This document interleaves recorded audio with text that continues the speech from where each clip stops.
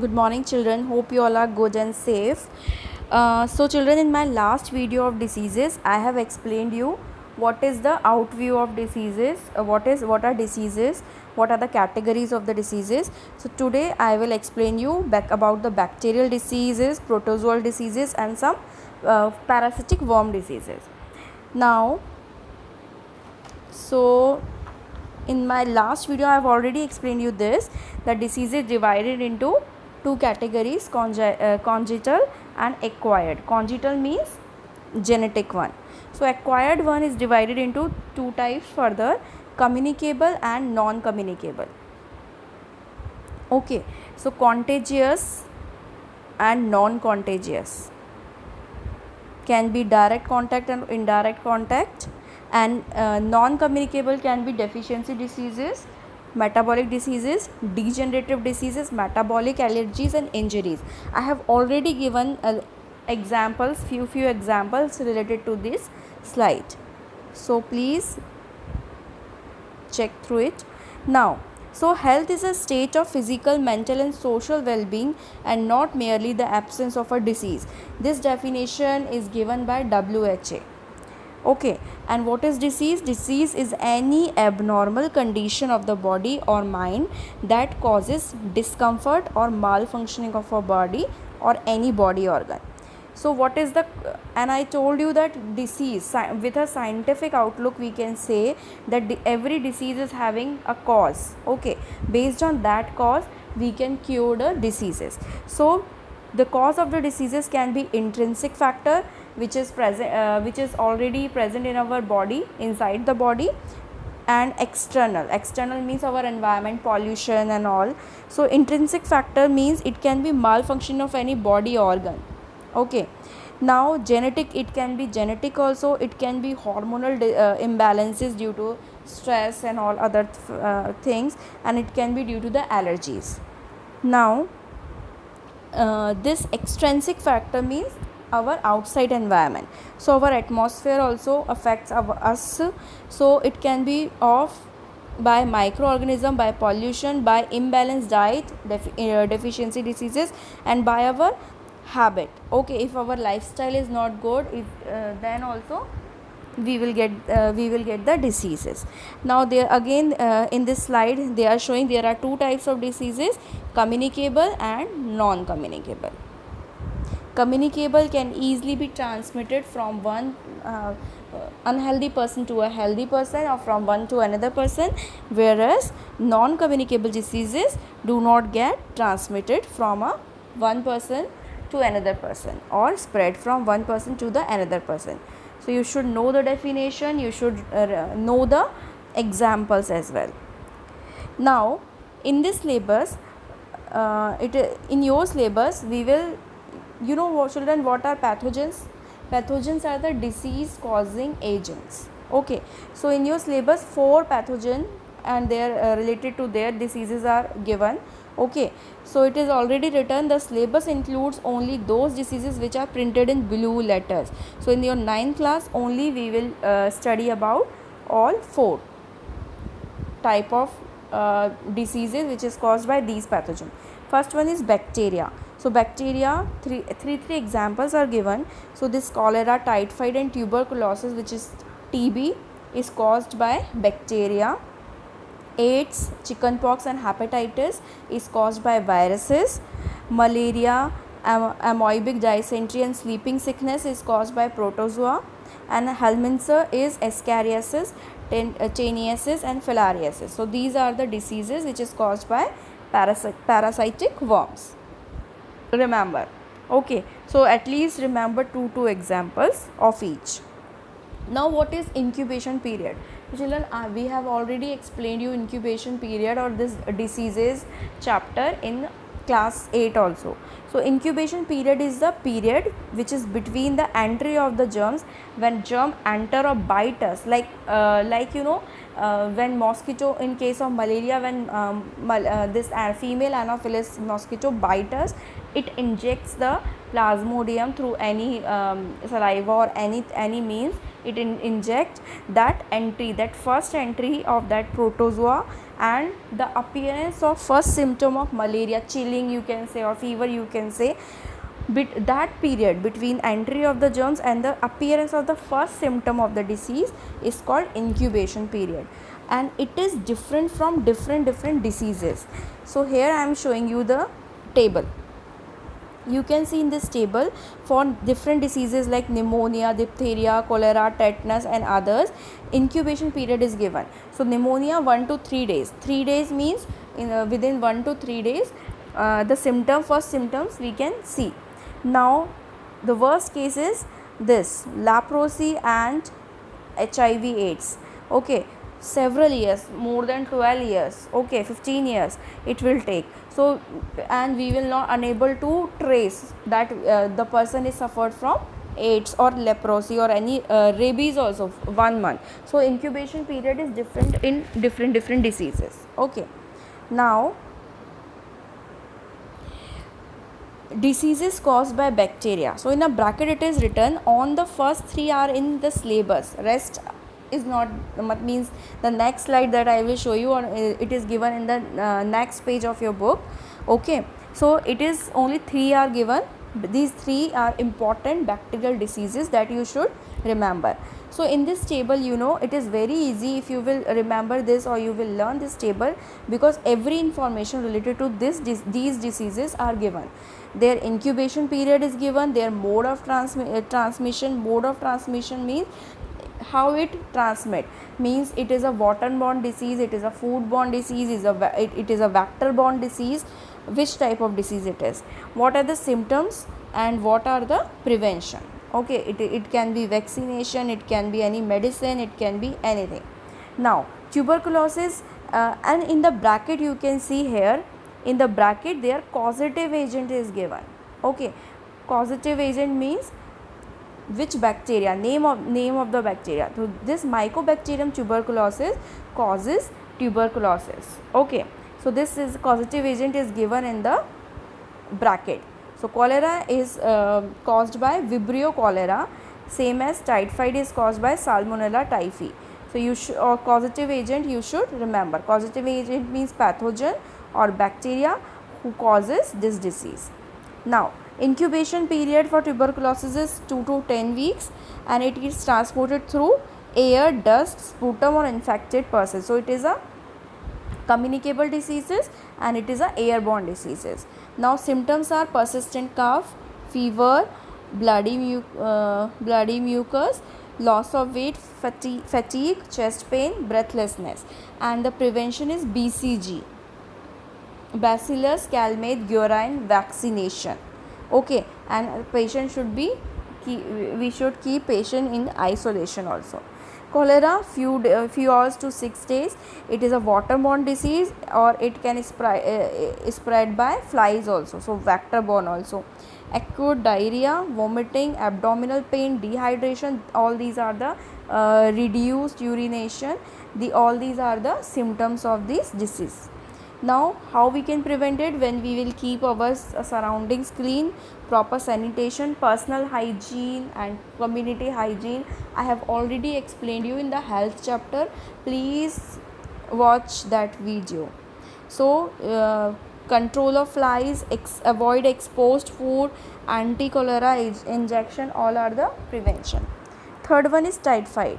Typhoid is a disease which is caused by Salmonella typhi. Okay, so for this disease also incubation period is for 7 to 21 days, and it is also a water and vector-borne disease. Symptoms are high fever, acute headache, red nose, reddish eruption, chest, diarrhea, etc.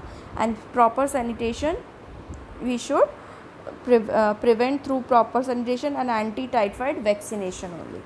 Okay, now children, these 3, as it is already mentioned, it is in your course. So please remember the causative agent and mode of transmission, their incubation period. what are the important symptoms and prevention. Now in these you can say other extra is given, but these are not in your syllabus, okay, but useful to know. So you should know about the tetanus, that it is caused by Clostridium tetani. Syphilis, it is caused by Treponema pallidum. Diphtheria, it is caused by Corynebacterium diphtheria.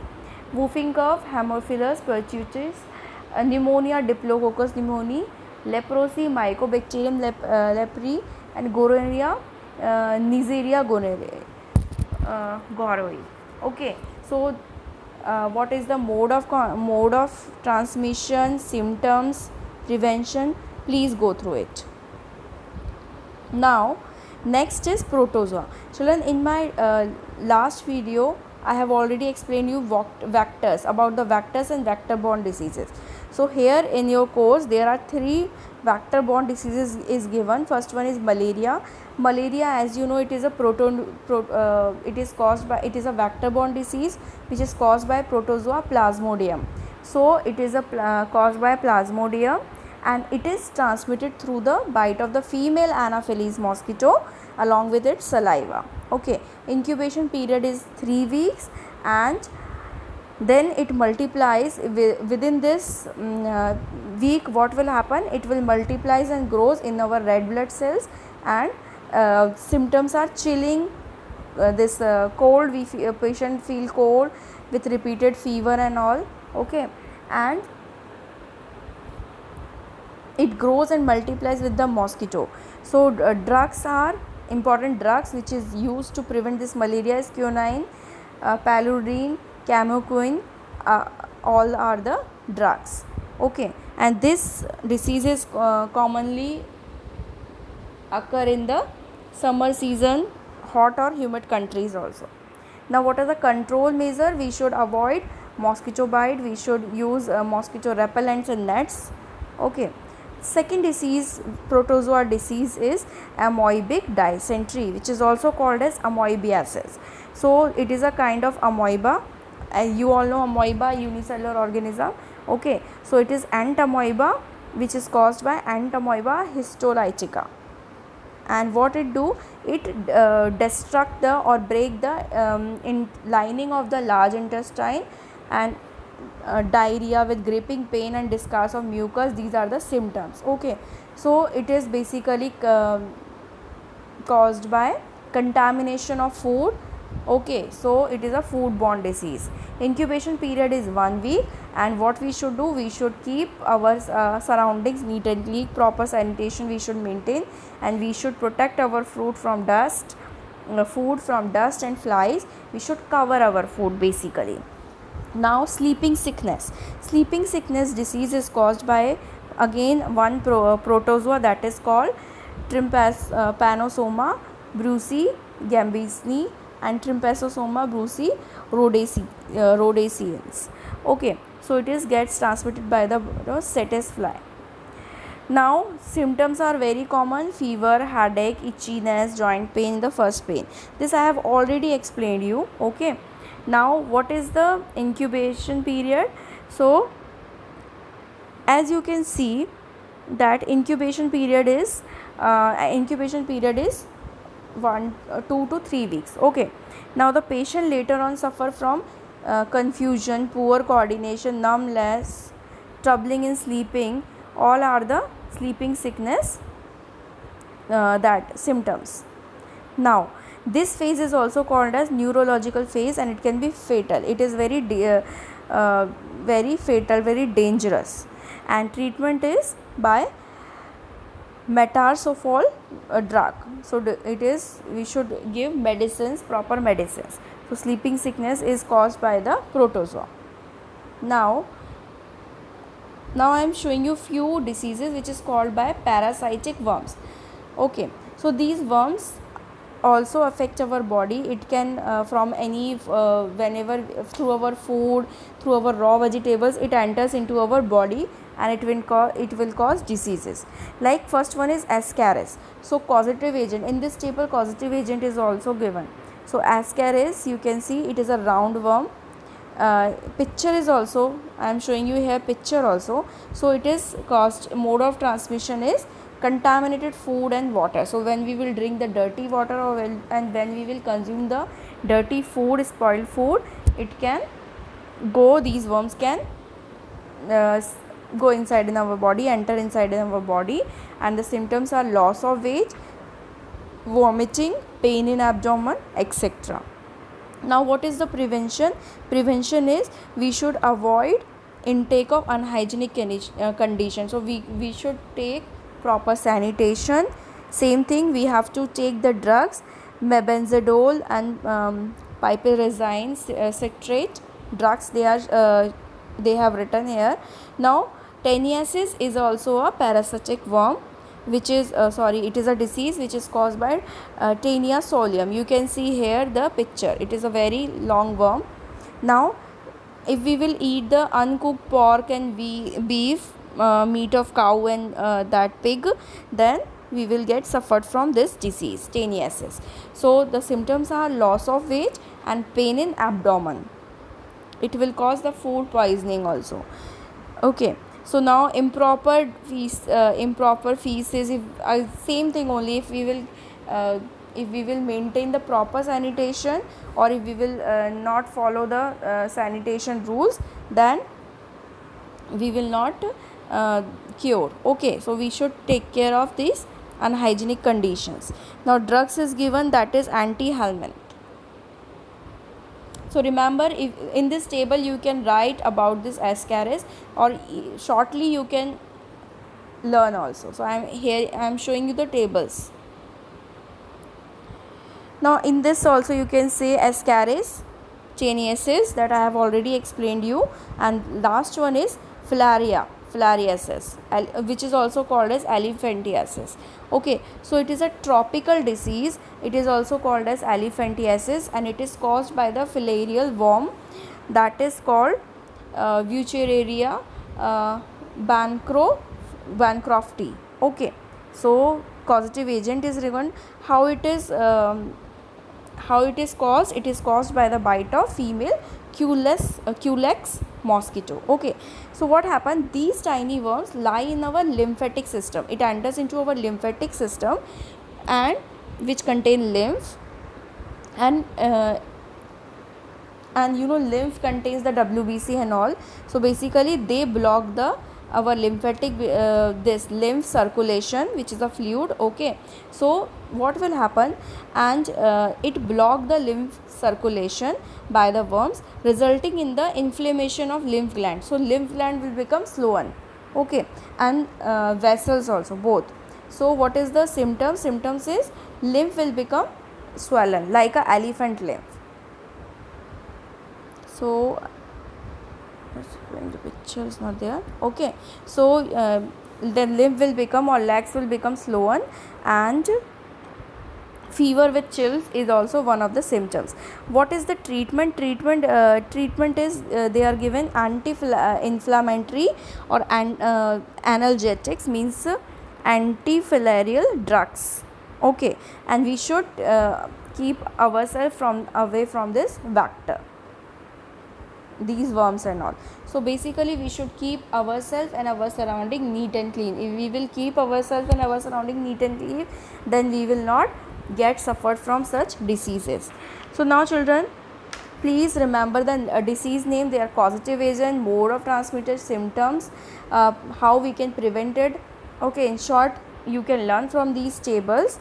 Now in my next class I will explain you what are the viral diseases. About the viral diseases, how it is caused, what are viruses, and how it is transmitted to us.